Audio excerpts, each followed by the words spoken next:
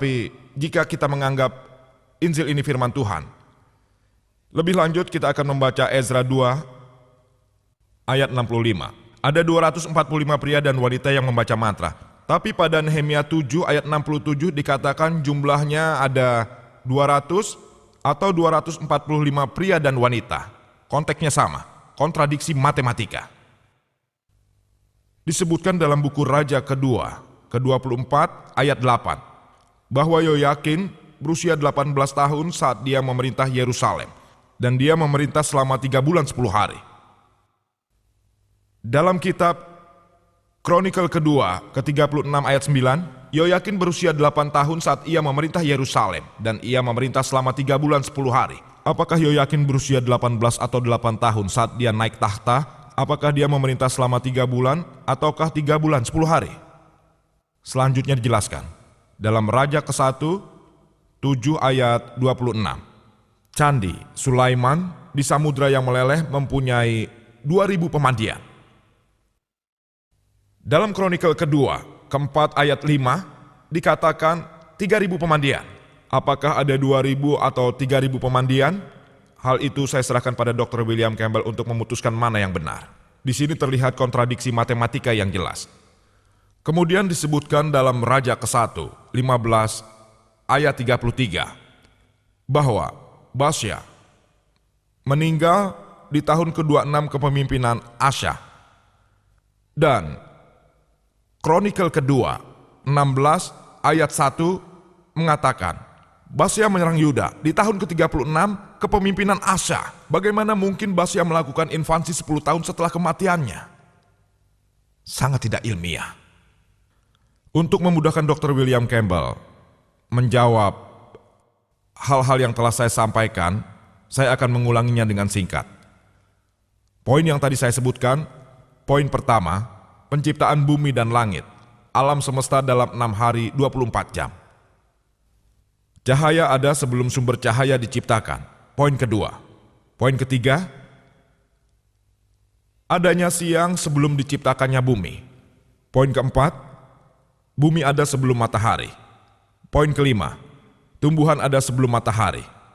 Poin keenam, bulan memiliki cahaya sendiri. Poin ketujuh, akankah bumi musnah atau abadi selamanya? Poin ke-8, bumi memiliki pilar. Poin ke-9, langit memiliki pilar.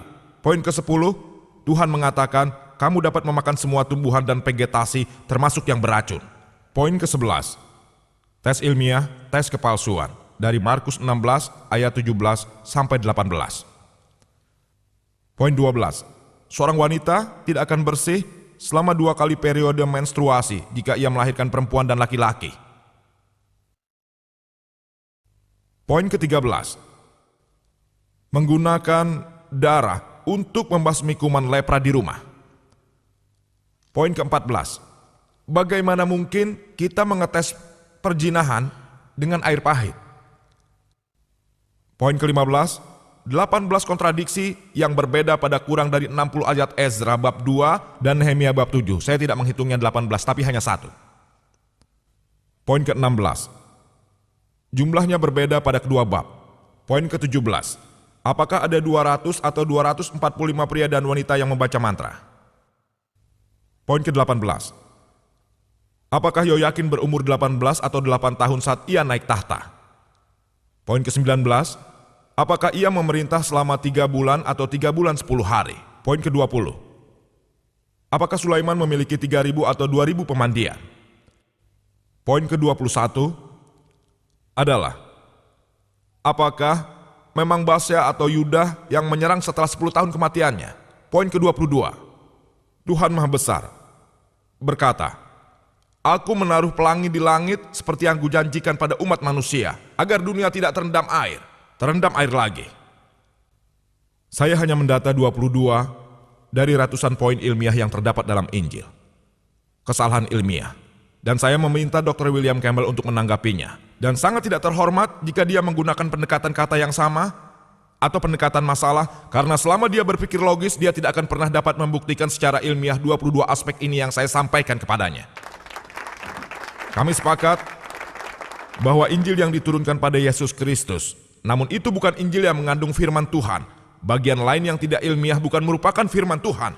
Dan saya ingin mengakhiri presentasi saya dengan mengutip salah satu ayat dari Quran Al-Baqarah ayat 79.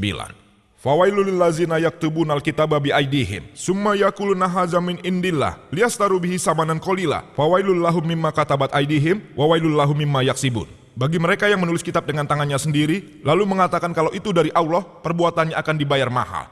Siapa yang menanam maka dia yang akan memetik hasilnya. Wa aqib dawana anil hamdulillahirabbil alamin.